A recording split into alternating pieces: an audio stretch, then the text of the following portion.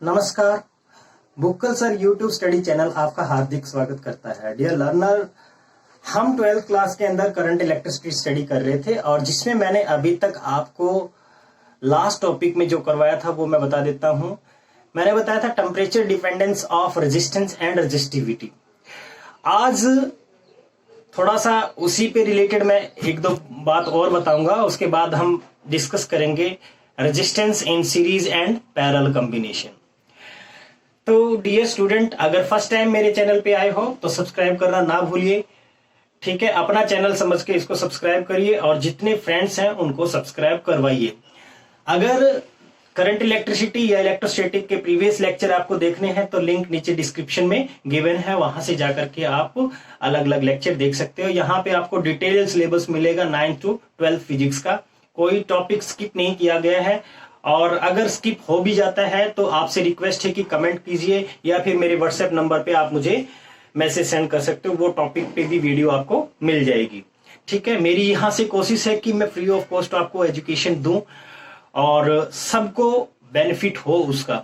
Lockdown का period है, no doubt. देखो, लॉस हमारा भी है, आप सबका भी लॉस है, लेकिन मैं नहीं चाहता कि स्टूडेंट का किसी तरीके से कोई लॉस हो। तो अपनी स्टडी को कंटिन्यू रखिए। तो चलो चलते हैं, बात कर लेते हैं। लास्ट लेक्चर में मैंने आप लोगों को temperature dependence of resistance and resistivity बताया था, ठीक है, जिसमें मैंने ये बताया था कि R T2 is equals to R T1 1 plus alpha T2 minus T1, ठीक है। ये हमने डिस्कस किया था। और यहां पे अल्फा जो है, अल्फा क्या था, अल्फा को भी डिफाइन कर सकते हैं, मैंने इसको भी बताया था। कॉफिशिएंट ऑफ टेम्परेचर, कॉफिशिएंट लिख सकते हो आप इसको, temperature coefficient of resistance, temperature coefficient of resistance. तो इसको डिफाइन कैसे करेंगे? It is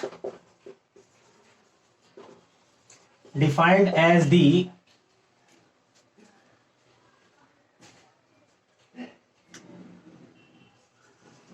change in resistance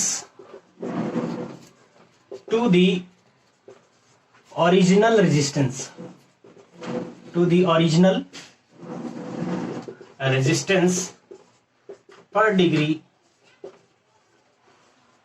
change in temperature, per degree change in temperature, ठीक है।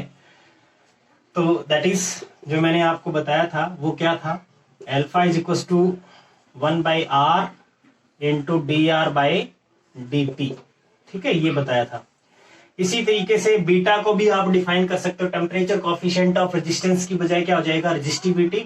और उसको आप कैसे डिफाइन करोगे? It is defined as the change in resistivity to the original resistivity per degree change in temperature, ठीक है। तो आप इस तरीके से रेजिस्टिविटी के लिए भी डिफाइन कर सकते हो, बीटा को डिफाइन कर सकते हो। और बीटा का जो फॉर्मूला था वो क्या था, beta is equal to 1 upon rho d rho divide by d t, ठीक है। ये हमारा टेम्परेचर कॉफिशिएंट ऑफ रेजिस्टिविटी था। देखिए डियर स्टूडेंट, इसका फायदा क्या है, इसका अगर मैं आपको इंपॉर्टेंस बताऊं, alpha for metals is always positive, ठीक है। कैसा होता है? हमेशा पॉजिटिव होता है। यानी अल्फा की जो वैल्यू होती है, या मेटल्स के लिए हमें ये बात कह सकते हैं कि temperature coefficient of resistance of metal is always positive. Always positive से मतलब है कि जब हम टेम्परेचर इंक्रीज करते हैं तो उसके करस्पॉन्डिंग रेजिस्टेंस भी इंक्रीज होता है। पॉजिटिव से हमारा ये मतलब है, ठीक है। और अगर हम बात करें alpha for semiconductors, semiconductors is always negative. इसके लिए नेगेटिव होता है, सेमीकंडक्टर के लिए अल्फा की वैल्यू क्या होती है, नेगेटिव। यानी semiconductors have negative temperature coefficient of resistance. और इससे हमारा क्या मतलब है? इससे हमारा मतलब है कि जैसे जैसे हम टेम्परेचर इंक्रीज करेंगे वैसे वैसे रेजिस्टेंस डिक्रीज होती है, उल्टा है, ठीक है। जैसे जैसे हम टेम्परेचर इंक्रीज करेंगे वैसे वैसे रेजिस्टेंस क्या होती है, डिक्रीज होती है। तो इसका नेगेटिव से हमारा ये मतलब है। अच्छा, फिर बात करते हैं हमारा जो खास करके कुछ मेटलॉइड्स होते हैं, कुछ मटेरियल ऐसे होते हैं जिनसे हम स्पेसिफिक स्टैंडर्ड रेजिस्टेंस बनाते हैं, ठीक है। जिसमें आपने सुना होगा कॉन्स्टेंटन या मैग्नीन की वायर यूज करते होते हैं हम। अब हमारे इलेक्ट्रिक करंट के अंदर ही हम बात करेंगे, करंट इलेक्ट्रिसिटी के अंदर ही मीटर ब्रिज पोटेंशियोमीटर, उसके अंदर वायर यूज करते हैं जिसको हम कॉन्स्टेंटन या मैग्नीन की वायर बोलते हैं, ठीक है। तो जितने भी स्टैंडर्ड थर्मामीटर रेजिस्टेंस के जो रेजिस्टेंस क्या कह रहा हूं मैं, ये जो हमारा वायर होता है कॉन्स्टेंटन या मैग्नीन का, इसको हम क्यों प्रेफर करते हैं मीटर ब्रिज में या पोटेंशियोमीटर में? क्योंकि एक्चुअल में उनका जो अल्फा होता है वो होता तो पॉजिटिव है, लेकिन वेरी स्मॉल होता है, बहुत ही कम वैल्यू होती है उनकी। यानी कम वैल्यू होने का मतलब हम टेम्परेचर में डिफरेंस बहुत ज्यादा करेंगे तो उसके करस्पॉन्डिंग जो रेजिस्टेंस में इंक्रीमेंट होता है वो वेरी स्मॉल होता है, बहुत ही न के बराबर होता है। इसलिए जब भी हमें स्टैंडर्ड जो है ये कॉन्स्टेंटन या मैग्नीन की जो वायर बनाते हैं, या फिर जो हमारे क्या कहते हैं मीटर ब्रिज और पोटेंशियोमीटर होता है, उनके लिए जब भी हमें ये वायर बनानी पड़ती है तो उसमें हम ऐसे मटेरियल को चूज करते हैं जिनका टेम्परेचर कोएफिशिएंट ऑफ रेजिस्टेंस क्या हो, वेरी स्मॉल पॉजिटिव हो, ठीक है। तो ये चीज याद रखना।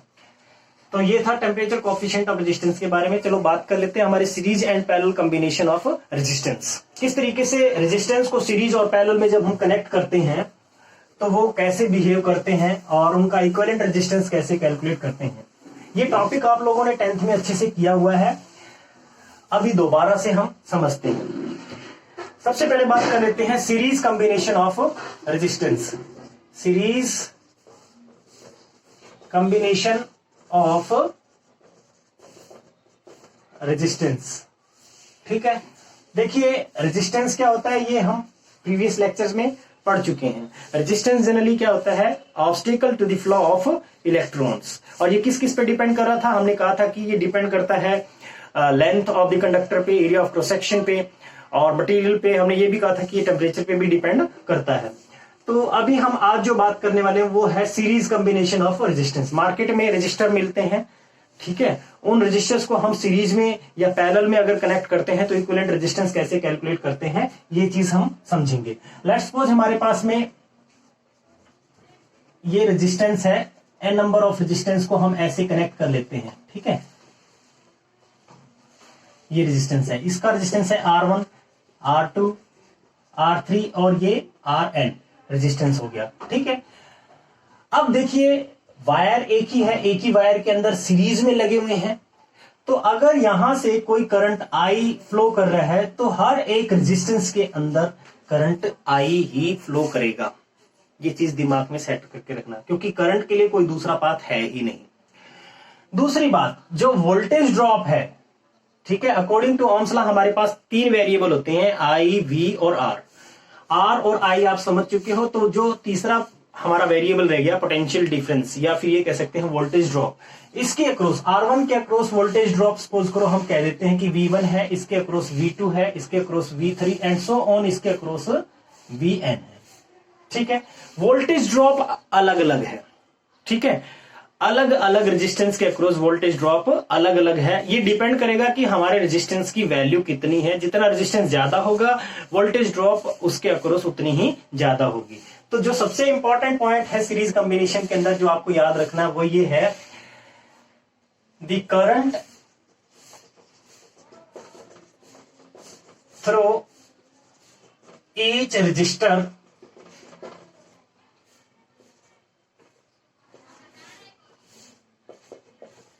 in series, the current through each resistor in series is remain same.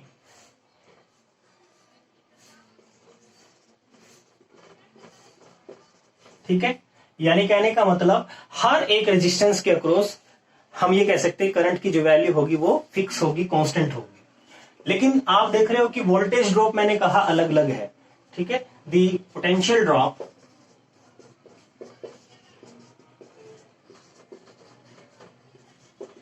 will be different across each resistor in series, okay, तो मैंने क्या कहा कि वोल्टेज जो है अलग अलग रेजिस्टेंस के अक्रॉस अलग अलग होगी। तो यहां पे जो चेंज हो रहा है उसी चीज को हम बात कर लेते हैं। So total voltage drop, total voltage drop that is V is equal to, हम लिखेंगे V1 plus V2 plus Vn।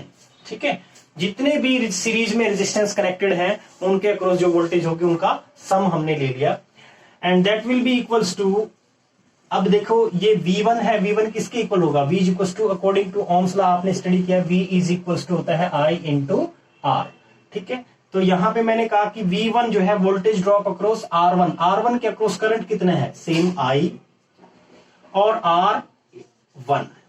इसी तरीके से सेकंड रेजिस्टेंस जो है वहां वोल्टेज ड्रॉप कितनी हो रही है, I into R2 and so on I into RN। ठीक है, इस तरीके से वोल्टेज ड्रॉप आप कैलकुलेट कर सकते हो। और ये जो वोल्टेज ड्रॉप है, जो टोटल वोल्टेज ड्रॉप है, वो किसके इक्वल होगा, वो होगा I इंटू जो भी रेजिस्टेंस आएगा हमारा, इक्विवेलेंट रेजिस्टेंस बोल देते हैं, या R S से रिप्रेजेंट कर दीजिए, या R इक्विवेलेंट लिख दीजिए, जो भी आप इसको मन चाहो, I into R equivalent, R resultant, जो भी हमारे सर्किट का जो सीरीज में जितने रेजिस्टेंस है उनका इक्विवेलेंट जो निकल के आएगा वो मैंने लिया है R इक्विवेलेंट।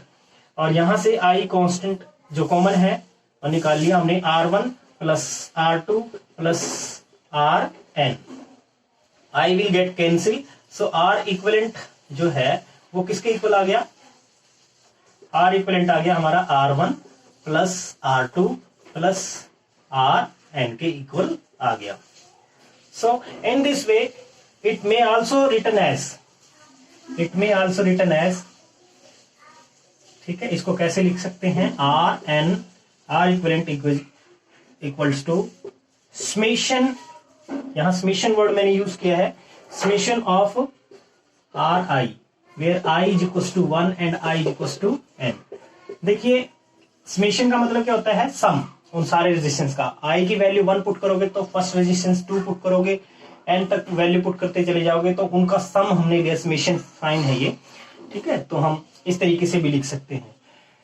तो इससे हमें क्या पता चला, the equivalent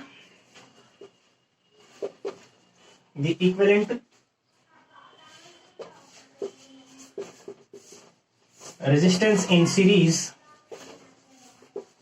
is always equals to the sum of the individual resistance। ठीक है, जो इक्विवेलेंट रेजिस्टेंस आएगा वो किसके इक्वल होगा, sum of the individual resistance in series. जो सीरीज में हमारे रेजिस्टेंस लगे हुए हैं उनका इंडिविजुअल रेजिस्टेंस का सम ही इक्विवेलेंट रेजिस्टेंस को रिप्रेजेंट करता है। एक और इंपॉर्टेंट पॉइंट है यहां पे, वो ये कि अगर हम नोटिस करें यहां से, जो हमारा इक्विवेलेंट रेजिस्टेंस निकल के आएगा, ये इक्विवेलेंट रेजिस्टेंस जो निकल के आएगा, इसकी वैल्यू हमारे सीरीज कॉम्बिनेशन के अंदर सबसे हाई रेजिस्टेंस की वैल्यू जो लगी होगी, सपोज करो R3 की वैल्यू सबसे ज्यादा है, तो जो R इक्विवेलेंट आएगा वो R3 से भी ज्यादा आएगा। ठीक है, इक्विवेलेंट रेजिस्टेंस हमेशा जो हाईएस्ट रेजिस्टेंस है, हाईएस्ट वैल्यू का जो रेजिस्टेंस है उससे भी ज्यादा आएगा equivalent resistance in case of series combination. ठीक है, तो ये था सीरीज कॉम्बिनेशन। इसी तरीके से हम बात कर लेते हैं पैरेलल कॉम्बिनेशन ऑफ रेजिस्टेंसेस। ठीक है, पैरेलल कॉम्बिनेशन ऑफ रेजिस्टेंस। तो पैरेलल में कॉम्बिनेशन कैसे लेंगे वो भी समझ लीजिए। पैरेलल कॉम्बिनेशन ऑफ रेजिस्टेंस में सपोज करो कि हमारे पास में ऐसे मैंने रेजिस्टेंस कनेक्ट कर दिया,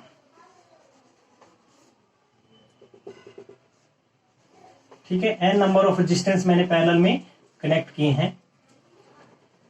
और अब देखिए ये जो पॉइंट है, ये पॉइंट और ये पॉइंट, इस टर्मिनल और इस टर्मिनल के बीच में हमारे जितने रेजिस्टेंस है वो पैरेलल में कनेक्टेड है।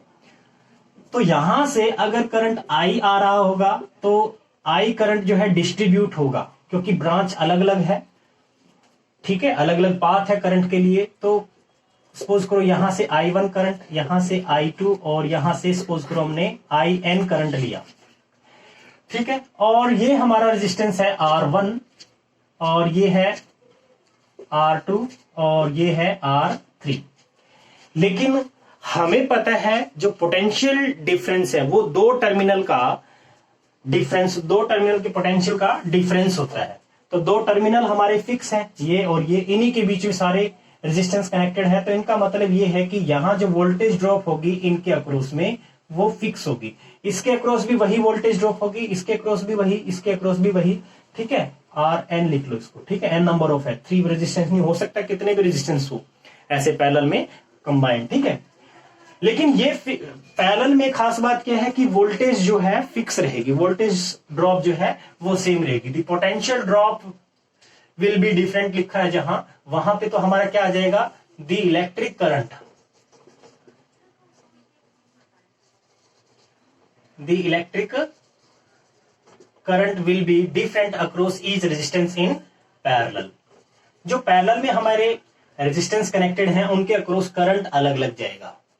और जो फर्स्ट स्टेटमेंट है हमारी, the current through each resistance in parallel remain same, तो यहां करंट की बजाय अब क्या चीज होगा, सेम, द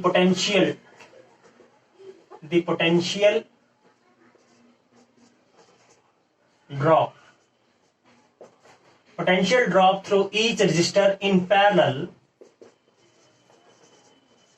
रिमेन सेम, ठीक है। जैसे मैंने फिगर में बताया है कि जितने भी रेजिस्टेंस हमारे दो टर्मिनल के बीच में पैरेलल में कनेक्टेड हैं उनके अक्रॉस में जो पोटेंशियल है वो क्या रहेगा, फिक्स रहेगा, वो चेंज नहीं होगा। वही चीज मैंने यहां लिखी थी, पोटेंशियल ड्रॉप थ्रू अक्रॉस लिख सकते हो, ठीक है। Potential drop across each resistor in parallel remains same. और जो इलेक्ट्रिक करंट है across each resistance in parallel वो क्या होगा, डिफरेंट होगा, और डिपेंडिंग अपॉन द रेजिस्टेंस। कहने का मतलब जितना रेजिस्टेंस कम होगा उसमें से करंट उतना ही ज्यादा जाएगा, क्योंकि रेजिस्टेंस क्या है, ऑब्स्टेकल है, एक रुकावट है रेजिस्टेंस के लिए, करंट के लिए, ठीक है। तो जितना हमारा रेजिस्टेंस ज्यादा होगा करंट की वैल्यू उतनी ही कम हो जाएगी उसके क्रॉस, ठीक है। सपोज करो R2 की वैल्यू बहुत ज्यादा है तो करंट उसमें सबसे कम जाएगा, ठीक है। तो ये चीज आपको क्लियर हो गई होगी। हमारे जितने भी घर में इलेक्ट्रिक सर्किट हम यूज करते होते हैं, जितने भी अप्लायंसेस हम घर में यूज करते होते हैं, वो सारे के सारे किस में होते हैं, पैरेलल कॉम्बिनेशन में होते हैं, ठीक है। पैरेलल कॉम्बिनेशन में यूज करने का क्या फायदा है वो मैं आपको बता देता हूं। पैरेलल कॉम्बिनेशन में यूज करने का क्या फायदा है, चलो एक बार टॉपिक कर लेते हैं, फिर बाद में इसका मैं आपको बताऊंगा कि पैरेलल में इसको यूज करने का क्या फायदा होता है। सबसे पहले बात कर लेते हैं कि अब हमारे पास में करंट डिस्ट्रीब्यूट हुआ है तो टोटल करंट क्या होगा, total electric current I is equals to I1 plus I2 plus IN। जितनी ब्रांच होगी, जितना करंट डिस्ट्रीब्यूट हुआ हमने वो सारा कंबाइंड मैंने ये लिख दिया। और you may write it as I is equals to I1। Again Ohm's law apply करोगे तो I किसके इक्वल होता है, V बाय R के इक्वल होता है, ठीक है। ये हमने स्टडी किया है।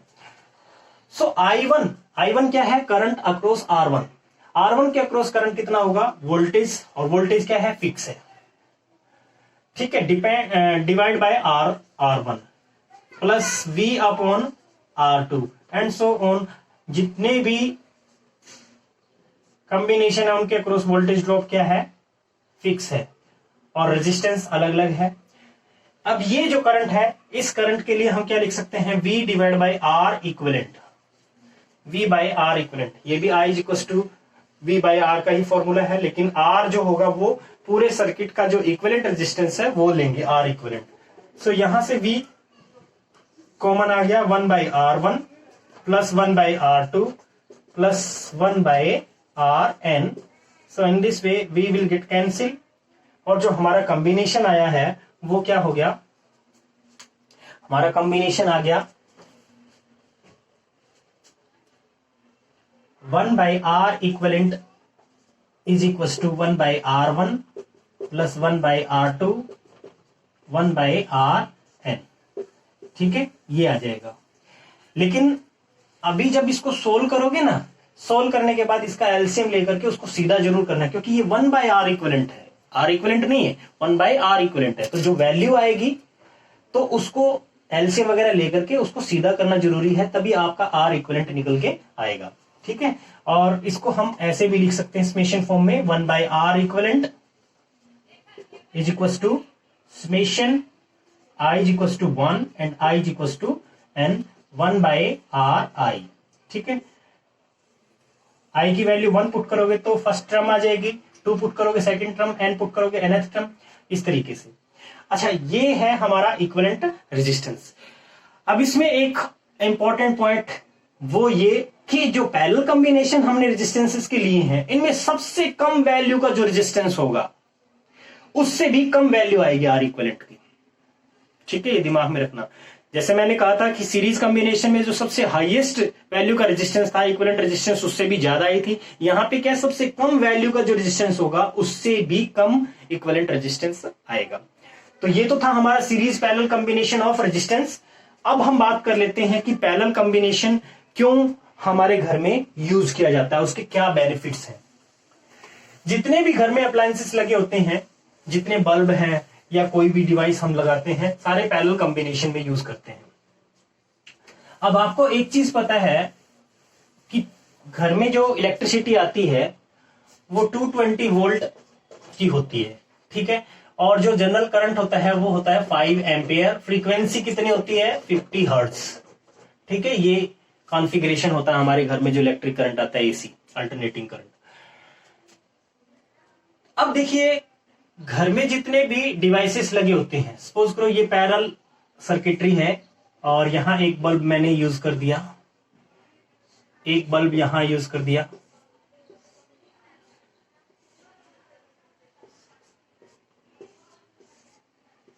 ठीक है, मैंने 4 बल्ब लगा रखे। कोई जरूरी नहीं कि आप कोई और अप्लायंसेस भी यूज कर सकते हो।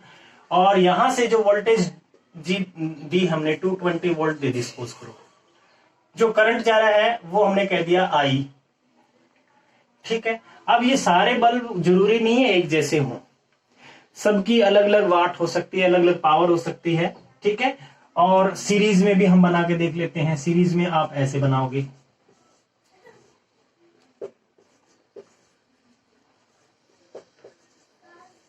ठीक है,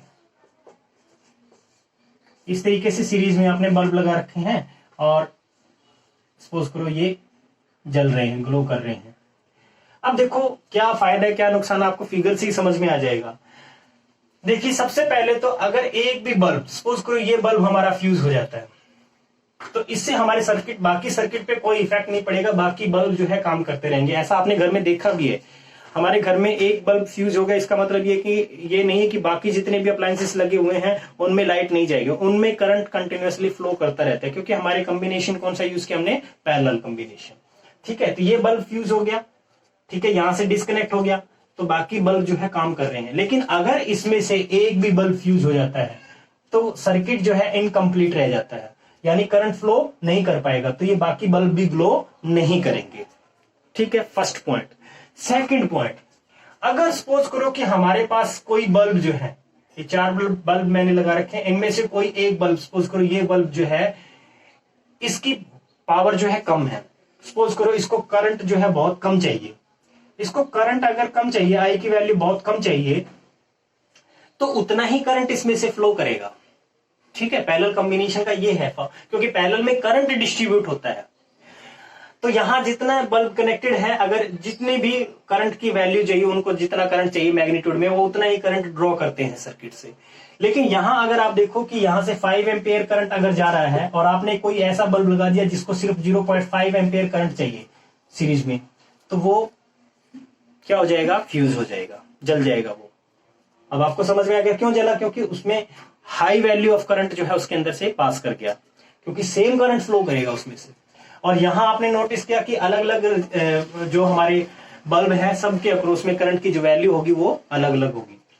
तीसरी बात यह है कि जो वोल्टेज है 220 वोल्ट, वो इसके अक्रॉस भी 220 वोल्ट, इसके अक्रॉस भी, इसके अक्रॉस भी, सब जितने भी जो आपने बल्ब या अप्लायंसेस पैरेलल में कनेक्ट किए, सबके अक्रॉस में वोल्टेज जो है वो 220 वोल्ट ही है।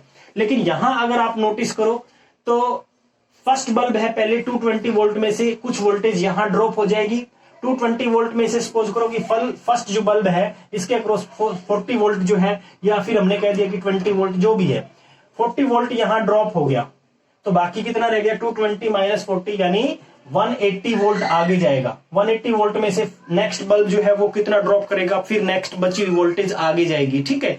तो यानी डीके होती चली जाएगी, और जो सबसे लास्ट में होगा, यानी हमने n number of bulb use कर रखे हैं, तो सबसे लास्ट में जो सीरीज में बल्ब लगा होगा उसके अक्रॉस में पोटेंशियल बिल्कुल ही कम होगा, और इससे फिर नुकसान क्या होगा, उसमें ग्लो बहुत कम आएगा, ठीक है, वो बहुत ही कम ग्लो करेगा।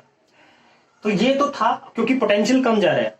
अच्छा, एक चीज और बतानी है मुझे यहाँ पे, कई बार घर में डिम लाइट आती है, घर में हम बोल देते हैं कि डिम लाइट आई हुई है, तो डिम लाइट आने का मतलब ये नहीं कि 5 एम्पियर करंट कम हुआ है, करंट नहीं कम हुआ है, एक्चुअल में वोल्टेज कम आई है, ठीक है। ऐसा मत सोच लेना कि भाई 5 एम्पियर हमारे घर में करंट आता है, डिम लाइट है, बिल्कुल ही डिम लाइट है, इसका मतलब ये नहीं कि 0.2 एम्पियर करंट आ रहा है, इसको तो आराम से हम छू सकते हैं, ठीक है, छू के देख लेना बिना किसी, वो क्या कहते हैं ना कि डिजाइन बनवाने जाते हैं बार्बर शॉप के पास में, ठीक है, हेयर स्टाइल बनाने जाते हैं, हेयर स्टाइल बन जाएगा बेवजह, ठीक है, क्योंकि 5 एम्पियर करंट ही आ रहा होगा। तो ये जो 5 एम्पियर करंट है लेकिन वोल्टेज कम आ रही है, इसीलिए हम उसको बोल रहे हैं डिम, ठीक है। तो ये मेरे ख्याल से कंसेप्ट आप लोगों का क्लियर हुआ होगा। तो हम क्यों जो है पैरेलल कॉम्बिनेशन को प्रेफर करते हैं, इसमें मैं एक बार फिर से बता देता हूं। पैरेलल कॉम्बिनेशन में सारे जितने भी अप्लायंसेस कनेक्टेड है सबके अक्रॉस में वोल्टेज जो होती है वो फिक्स रहती है। अलग अलग बल्ब को अगर हमने कनेक्ट किया है, जितने पावर का बल्ब है उसके अक्रॉस कितना करंट जाना चाहिए उतना ही करंट ड्रॉ करेगा वो सर्किट से। तीसरी जो बड़ी बात थी हमने डिस्कस किया था, अगर इनमें से किसी एक बल्ब का फ्यूज हो जाता है तो बाकी बल्ब जो है हमारे कंटिन्यूसली वर्क करते रहेंगे, ठीक है। तो ये था हमारा सीरीज और पैरेलल कॉम्बिनेशन ऑफ रेजिस्टेंस का कंसेप्ट। इन पे न्यूमेरिकल्स बहुत सारे हैं, सीरीज और पैरेलल कॉम्बिनेशन के रेजिस्टेंस के जो हम न्यूमेरिकल्स हैं नेक्स्ट लेक्चर में डिस्कस करेंगे। आज के लिए हम इतना ही करने वाले हैं, तो आज के लिए इतना ही काफी है। Thank you and have a nice day. अच्छा, इतना जल्दी नहीं जाऊंगा, एक बात और, वो ये कि आपसे बार बार रिक्वेस्ट, वो रिक्वेस्ट तो की नहीं है भैया, चैनल को सब्सक्राइब जरूर कर लें, ठीक है, ये भी बोलना पड़ता है। और जितने भी आपके फ्रेंड्स हैं, जितने भी लोग हैं जिनको आप सब्सक्राइब करवा सकते हो, टारगेट करके चलो 5 या 10 लोगों को हम अपना चैनल सब्सक्राइब करवाएंगे। तो कम से कम जो है ये अगर आप काम कर दोगे तो अपना चैनल ग्रो करेगा, और बहुत अच्छे से ग्रो भी कर रहा है। तो आज के लिए इतना ही काफी है। Thank you and keep watching Bhukkal sir study channel.